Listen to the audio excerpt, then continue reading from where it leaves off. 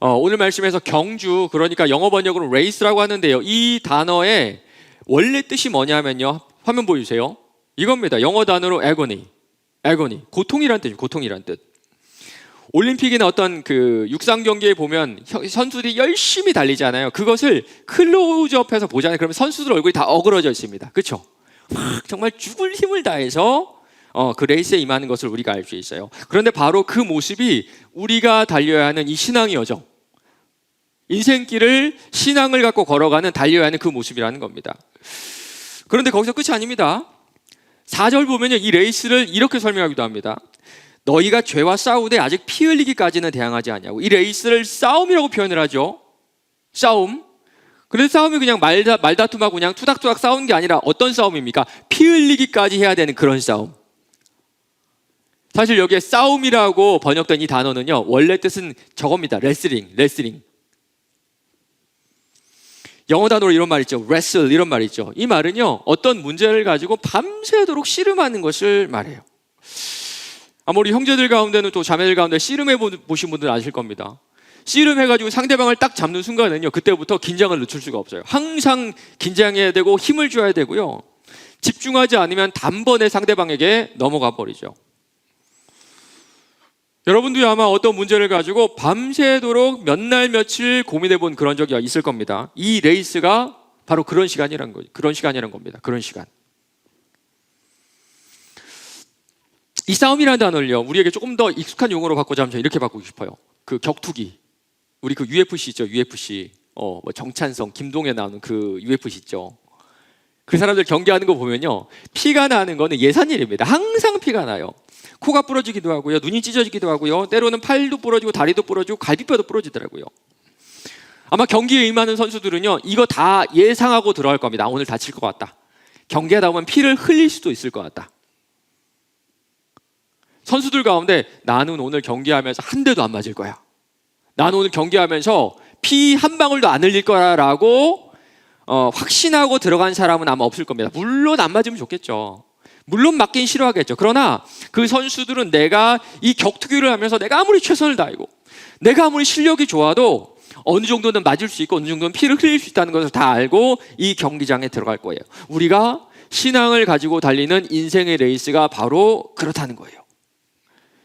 죽을 힘을 다해 달려야 되는 레이스고요. 그 가운데 상처받고 고통받는 일이 있을 수밖에 없다는 거예요. 예상 못한 일이 빈번하게 일어나고요. 그 가운데 어찌할 바를 몰라서 당황하고 불안하고 두렵죠. 맞습니다. 여러분이 원하든 원치 않든 이 믿음의 레이스에는요, 고난과 고통이 자연스럽게 따라와요. 이게 우리의 실전 인생이죠. 이게 우리의 실전 인생인데, 제가 이해할 수 없는 두 부류의 사람이 있습니다. 먼저 어떤 사람은요, 내 인생은 내 것이라 그래요. 목사님, 내 인생은 제 것이에요. 내 인생의 주인은 나예요. 전 이런 말 해주고 싶어요. 네 인생이 네 거라면 네 인생 네 마음대로 돼야 되는데 그렇게 되니? 내 거라는 거는요, 내 마음대로 할 수 있다는 겁니다. 이게 제 성경책이죠. 그럼 제 마음대로 접었다 폈다 들었다 놨다 할 수 있어야 되죠. 근데 실전 인생에서 여러분 인생이 어떤가요? 내 마음대로 할 수 있나요? 전혀요. 여러분 인생이 아니라 여러분 마음 하나도 마음대로 할 수 없어요. 이게 무슨 뜻인가요? 원래 여러분 인생이 여러분 게 아니라는 거예요. 그러다 보니까 실전 인생에서는 내 마음대로 내 계획대로 이루어지는 게 거의 없을 수밖에 없는 겁니다. 두 번째는요, 삶을 미워하는 사람들. 이해는 되지만 저는 진짜 한심해 보입니다. 뭐 실전 인생을 살면 삶이 아름답다, 즐겁다, 이런 사람들 있죠. 저는 진짜 세상을 살면서 그런 말 할 수 있을까? 진짜 금수저로 태어나서 특권을 가진 몇 사람 빼고 삶이 아름답다고 얘기할 수 있는 사람이 있어, 그런 생각이 들어요. 차라리 저는 이런 분이 낫다고 생각합니다. 토론토대 심리학과 교수인 조던 피터슨이라는 사람이 있는데요, 이 사람이 쓴 책이 12가지 인생의 법칙, 12가지 인생의 법칙. 여러분 꼭 한번 읽어보세요. 읽어보면 볼수록 이런 생각 들 겁니다. 진짜 꼰대 같은데. 이 책의 저자가 뭔지 아세요? 인생은 즐겁지 않아, 인생은 원래 고통이에요. 챕터 가운데 이런 내용이 있습니다. 이런 제목이 쉬운 길이 아니라 의미 있는 길을 선택하라. 쉬운 길은 없으니까, 고통 없는 길은 없으니까 쓸데없이 찾지 말고 의미를 찾으라는 조언인데요, 사실 저는 이 말에 100% 동일합니다. 인생의 의미를 찾아가면서 그나마 이 고통을 완화해 가는 것이 우리가 할 수 있는 최선이라는 그런 조언인데요. 맞습니다. 우리는요, 우리 인생 앞에 두고 좀 솔직해질 필요가 없어요. 솔직해질 필요가. 우리 인생은 최선을 다해야 하는 그런 레이스고요. 우리는 그 가운데서 계속 싸워야 하는 UFC 선수가 될 겁니다. 그런데 UFC 선수는요, 매 라운드마다 시간이 정해져 있고 1라운드, 2라운드, 3라운드, 4라운드 하면 끝이 있죠. 그런데 우리 인생의 레이스는 어떻습니까? 죽을 때까지 끝이 없죠. 그래서 훨씬 더 막막하게 우리에게 다가오는 겁니다. 시험을 준비하는 지체들 보잖아요. 그러면요, 얼마나 불안해하는지 모릅니다. 사실 이거 언제 합격할지 아무도 모르잖아요. 그런데 그 시험에 합격하면 행복이 찾아올까요? 불안함은 떠나가고 행복을 얻을 수 있을까요? 한번 그런 지체들 만나봤으면 좋겠어요. 이미 시험에 붙은 지체들, 과연 행복하냐고 물어봤으면 좋겠습니다. 그런데 보면요, 전혀 그렇지 않습니다. 전혀 그렇지 않아요. 그 시험은요, 그냥 인생에서 넘어야 되는 수백 개의 언덕 중에 하나고요. 그 언덕을 넘으면 훨씬 더 큰 산이 그 앞에 놓여져 있어서 우리의 마음을 훨씬 더 불안하게 합니다. 맞습니다. 우리 인생의 고통은요, 필수적으로 찾아오고요. 이 고통은 가면 갈수록 커지게 되어 있어요. 그리고 여러분 인생 가운데 찾아온 고통은요, 하나님이 주신 게 아니라 여러분 스스로 자초했다는 것도 여러분 아셔야 됩니다. 태초에 하나님께서 만드신 에덴 동산 한번 보시기 바랍니다. 한번 생각해 보세요. 아무런 고통이 없죠. 아무런 수고가 없죠. 이곳을 다 망친 건 누굽니까? 여러분. 우리 인간이 그 에덴 동산을 다 망쳐버렸습니다. 제가 지난주도 수없이 얘기하지만 지난 2년간 집값이 2배 올랐어요. 와, 10,000원에서 20,000원 오르면 괜찮죠. 10만 원, 20만 원 오르면 괜찮죠. 근데 그게 아니죠. 4억에서 6억으로 올랐고요. 5억에서 10억으로 올랐고요. 10억짜리 20억이 됐습니다. 이제는요, 금수저로 태어나지 않은 이상 결혼하는 순간에 빚쟁이가 돼야 돼요. 이 상황 벗어나면 어떻게 됩니까? 이 상황을 벗어나려면 영혼까지 끌어모아서 대출을 해서 빚을 내서 집을 사야 되고요. 그 집이 오르기를 간절히 바라는 수밖에 없죠. 악순환이죠, 악순환. 서로가 서로를 죽이는 악순환. 부모 세대가 자녀 세대를 죽이는 악순환, 자녀 세대가 그 밑에 세대를 죽이는 악순환. 그런데 하나님 뭐라고 하는 줄 아세요? 레위기 말씀입니다. 토지를 영구히 팔지 말 것은 토지는 다 내 것입니다. 땅을 사고 팔면 인간이 그 탐욕으로 서로를 죽일 걸 알았기 때문에 원천적으로 땅을 사고 팔지 말라고 하나님께서 말씀하셨던 거예요. 그런데 이 법을 인간이 다 깨버리고 말았죠. 결과가 뭔가요? 아무것도 없었던, 행복과 평화만 있었던 에덴 동산과 같은 이 땅에 고통을 우리 스스로 불러들인 겁니다. 동성애는 어떤가요? 동성애. 하나님은 동성애를 확실하게 금지하셨습니다. 이 때문에 하나님께서 그들을 부끄러운 욕심에 내버려 주셨으니 곧 그들의 여자들도 순리대로 쓸 것을 바꾸어 영리로 쓰며 그와 같이 남자들도 순리대로 여자 쓰기를 버리고 서로를 향하여 음욕이 불릴 듯하며 남자와 남자가 더불어 부끄러운 일을 행하여 그들이 그릇 때문에 상당한 보응을 그들 자신이 받았느니라.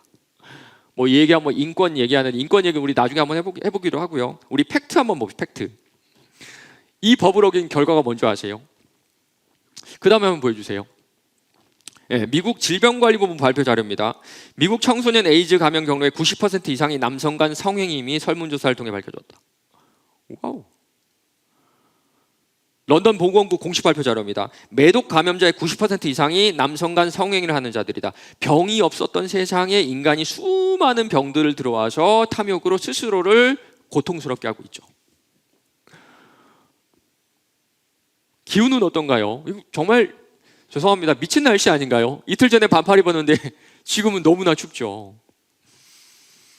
전문가들은요, 만약에 지구가 멸망한다면 그것은 전쟁 때문에도 아니고 바이러스 때문에도 아니고 기상이변 때문이라 그러죠. 누가 하나님께서 창조하신 이 땅에 이런 어려움을, 이 고통을 이렇게 오염시켰을까요? 맞습니다. 우리 인생의 고통은요, 필수적으로 찾아오고 그 고통의 대부분은 인간 스스로 자초한 겁니다. 자연환경도, 사회도, 문화도, 인간관계도, 우리의 마음도 다 인간 스스로, 우리 스스로 망가뜨렸어요. 그래서 인생은 아름답지 않아요. 인생은 즐겁지가 않습니다. 우리 인생의 경주가 특별히 믿음을 가지고 달려하는 우리 믿음의 경주는요, 숨이 턱까지 차오르고 때로는 피를 흘릴 정도의 싸움이 있을 수밖에 없습니다. 이것이 바로 우리가 살아가는 실전 인생이죠.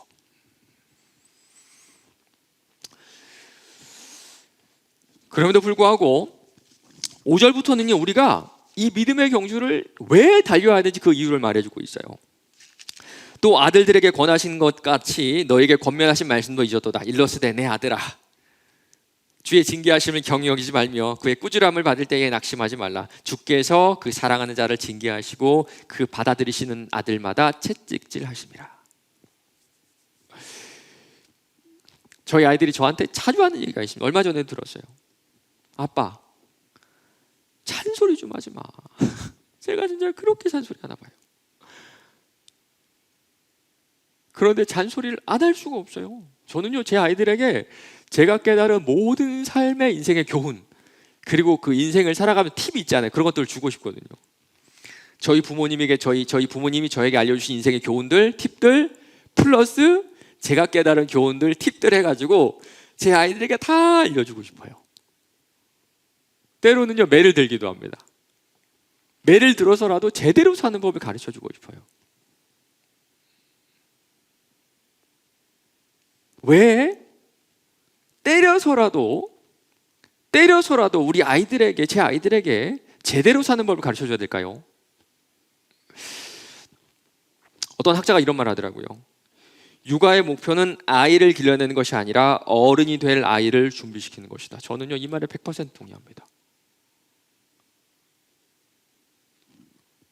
지금은요, 저희 아이들이요, 치약 짜다가 안 나오잖아요. 그럼 아빠를 불러요. 화장실에서. 아빠, 뭐 큰일이 있어서 가보면 치약이 안 나와.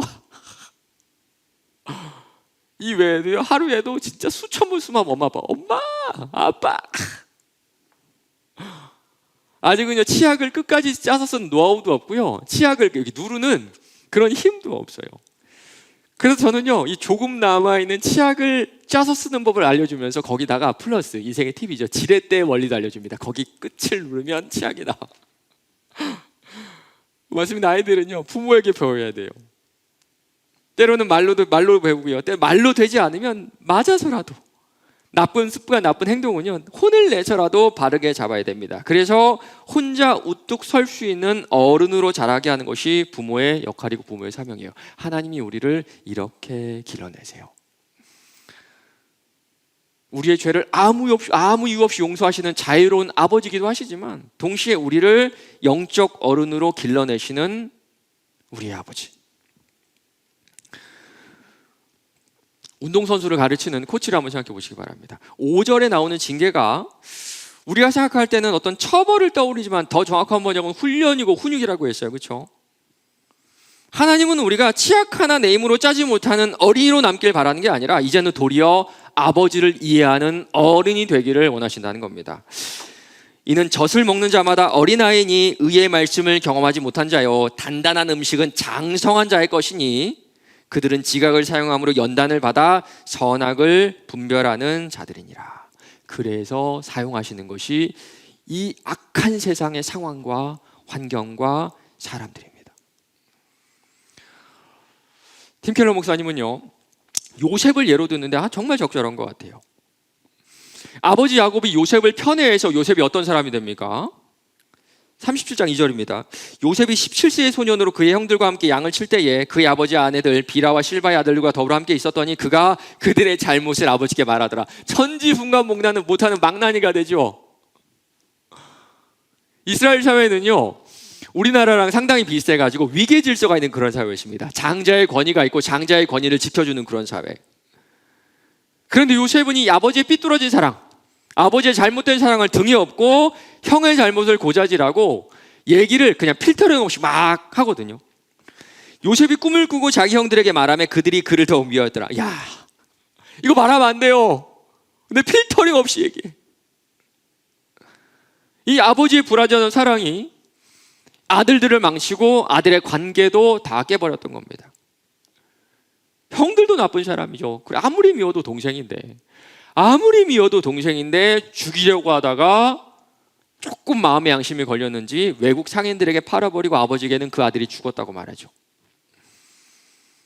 진짜 아버지의 불완전한 사랑이 모든 아들들을 망쳐버리고 그 아들들의 관계도, 아버지의 관계도 다 깨버렸던 겁니다. 그 가운데 이집트로 가게 되고요, 거기서 주인의 아내의 유혹을 거절하다가 지하 감옥에 무려 2년이나 갇히게 됩니다.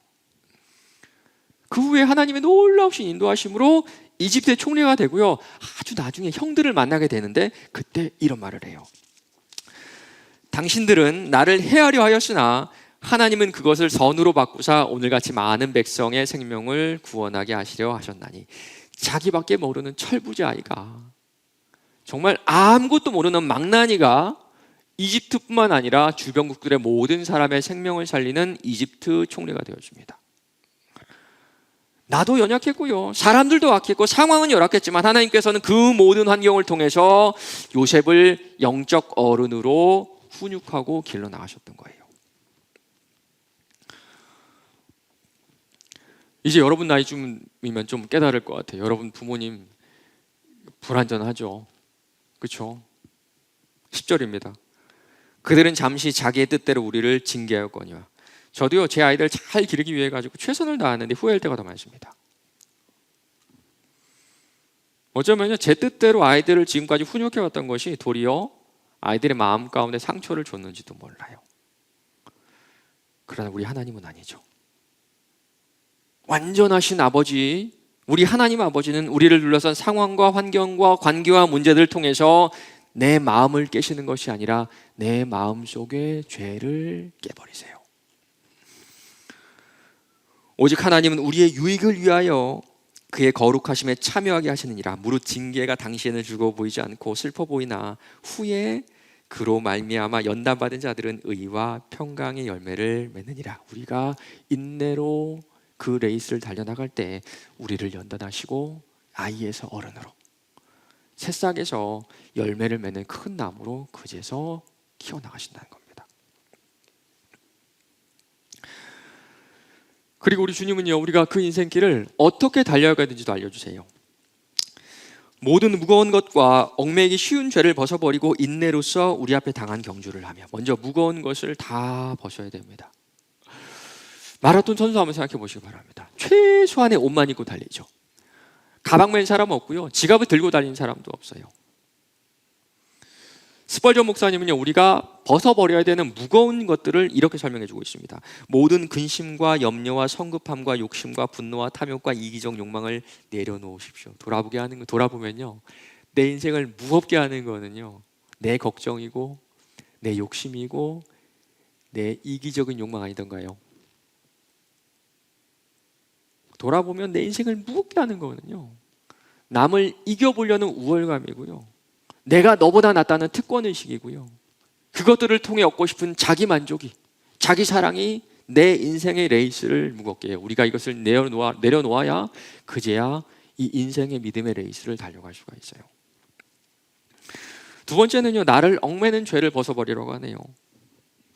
사실 죄는요, 근심 염려보다 우리를 더 쉽게 둘러쌀 수가 있습니다. 아까 우리 얘기했던 레슬링 한번 생각해 보세요. 레슬링, 두 선수가 완전히 밀착해가지고 서로를 넘어뜨리려고 막 힘쓰고 애쓰는 게 레슬링이잖아요. 우리가 완전히 밀착해서 우리를 넘어뜨리려고 하는 게 바로 죄라는 겁니다. 이 죄를 벗어버려야 이 레이스를 달려갈 수가 있어요. 그런데 이게 가능한가요? 죄는 말할 것도 없고요, 여러분 안에 있는 욕심, 탐심, 탐욕, 이기적 욕망을 내려놓고 달리기에는 아마 여러분 너무 연약하다는 생각이 들 겁니다. 맞습니다. 이 믿음의 레이스는 우리에게 한 가지를 깨닫게 해줘요. 내가 애구나, 내가 아직 어린이구나.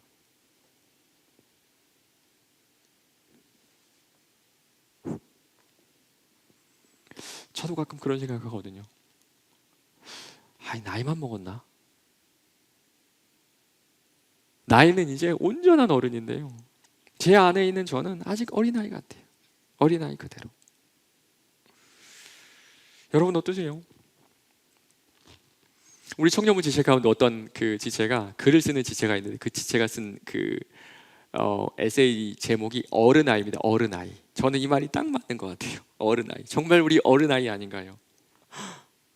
이 길을 달려갈 수 있는 능력이 어른아이는 우리에게는 없어요. 그래서 히브리서 기자가 우리에게 그 길을 달려갈 수 있는 방법까지 알려줍니다.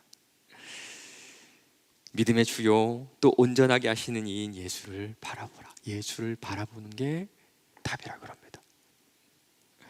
아이작 암브로스 얘기를 들어보세요. 마음의 눈으로 보는 것은 실제 눈으로 보는 것을 훨씬 뛰어넘는다. 육신의 눈보다 마음의 눈으로 더 탁월한 것들을 볼 수 있기 때문이다. 우리는 육신의 눈으로 피조물의 단편만을 볼 수 있을 뿐이다. 그러나 마음은 그 안에 있는 모든 것까지 도달할 수 있다. 마음은 모든 피조물을 만드신 분에게까지 나아갈 수 있다. 이제 1살 된 제 아들은요, 이 찬송가는 볼 수 있어요. 그러나 이 찬송가의 쓸모는 아마 보지 못할 겁니다. 육신의 눈으로 사물은 볼 수 있으나 우리는 마음의 눈으로 주님을 볼 수가 있어요. 비록 우리가 이 육신의 눈으로 그리스도는 볼 수 없지만 마음의 눈으로 그리스도가 내게 행한 일을 우리는 깊이 느낄 수가 있습니다.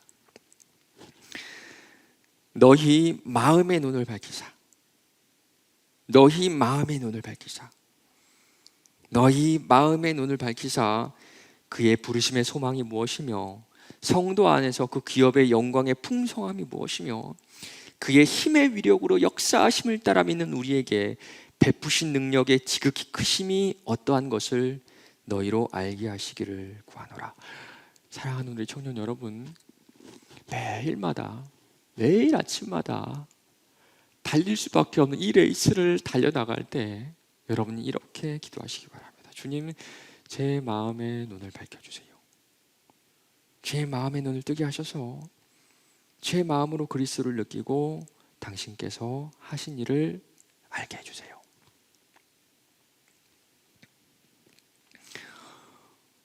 예수가 왜 고난을 참고 그 참혹한 십자가에서 돌아가셨을까요? 그는 그 앞에 있는 기쁨을 위하여 십자가를 참으사 부끄러움을 개의치 아니하시더니 우리의 기쁨을 위해서죠. 우리가 우리 앞에 놓인 고난을 이기고 나가야 되는 이유도 바로 여기 있습니다. 예수의 기쁨을 위해서. 자녀의 성장이 부모의 기쁨인 것처럼 우리의 자라감이 예수의 기쁨이 돼요. 그리고 한 가지 잊지 말아야 될 것이 있습니다. 지금 여러분 각자가 달리고 있는 그 레이스는요, 여러분 각자를 위해 만들어진 레이스라는 겁니다. 한글 성경은 이렇게 번역하고 있어요. 우리 앞에 당한 경주라고 했는데 저는 이렇게 번역하고 싶어요. 우리 각자를 위해 특별히 디자인된 레이스, 우리 각자를 위해 특별하게 디자인된 트랙. 우리 하나님은요, 다 다른, 정말 생긴 것부터 성격 하나, 말까지 다 다른 여러분을 한 사람 한 사람을 어른으로 키워내기 위해 특별한 그 트랙을, 그 레이스를 주님께 디자인하셨던 겁니다. 그리고 우리가 어른이 되기 위해 꼭 거쳐야 될 장애물들을 그 트랙에 곳곳에 놓아주셨어요. 그 장애물을 넘어갈 때 비겁했던 우리에게 용기가 생기고요, 약했던 우리 마음에 굳은 자리 생기고 의심했던 마음에 확신이 생겨날 거예요. 저는 달리기를 한 후에 훨씬 더 건강해졌습니다. 달릴 때는 정말 심장이 터질 정도로 고통스러웠는데요, 동시에 더 건강해져서 공부도 그렇고 사역도 그렇고 더 여유롭게 할 수가 있었어요. 지난 4년 동안에 우리 청년부 공동체에 참 많은 사람이 찾아왔습니다. 좋은 관계로 오간 사람도 있지만 때로는 그렇지 않은 관계로 제 마음을 좀 아프게 하는 그런 사람들도 많이 왔다 갔어요. 그런데 그 때문에 저는 더 강해진 것 같습니다. 지금은요, 4년 전보다 마음이 훨씬 더 단단해지고 훨씬 더 여유로워졌어요. 맞습니다. 이 믿음의 경주를 통해서 우리가 장애물을 만날 때마다, 고난을 만날 때마다 약해지는 것 같지만 강해집니다. 아프지만 튼튼해져요. 이전에는 우리가 절대 받아들이지 못했던 사람과 현실을 품을 수 있게 될 겁니다. 사랑하는 우리 청년 여러분,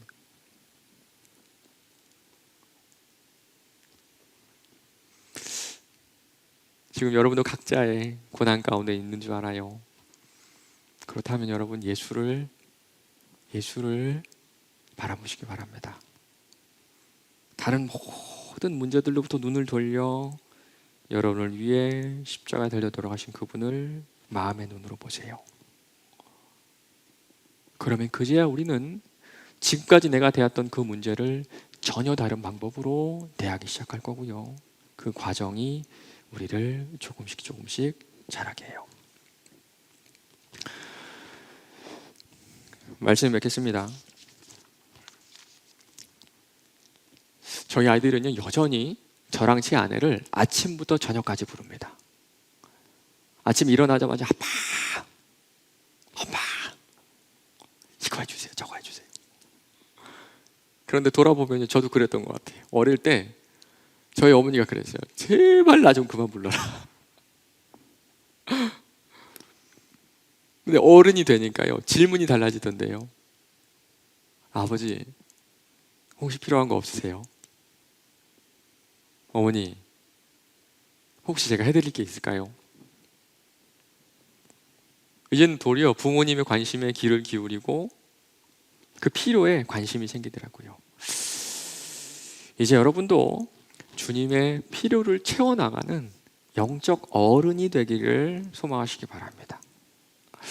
그렇다면 우리 이렇게 한번 살아보면 어떨까요? 아주 오래된 책인데요. 이용규 선교사님이 쓴 책이 있어요. 화면 보여주세요. 내려놓음이라는 책이 있는데요. 아주 공부를 많이 하신 엘리트가 다 내려놓고 지금은 선교사로 사역하고 헌신하고 계세요. 저는요, 이 책의 제목이 그렇게 마음에 들더라고요. 이번 한 주 동안 여러분이 주님 앞에 내려놔야 될 것들 한 가지씩만 생각해 보세요. 여러분을 얽매였던 것들, 그게 여러분의 근심 걱정이면 근심 걱정들, 탐욕들, 이기적 욕망들, 혹은 죄라면 죄, 그것들을 내려놓게 달라고 기도하시기 바랍니다. 우리가 예수님에게 시선을 고정했을 때 예수님과 닮지 않은 내 모습을 알게 되고, 우리가 가장 먼저 무엇을 내려놓아야 될지 자연스럽게 알게 될 거예요. 이번 한 주 내려놓고 내려놓음으로 주님과 함께 이 레이스를 달려가는 기쁨이 저와 여러분의 있기를 간절히 바랍니다.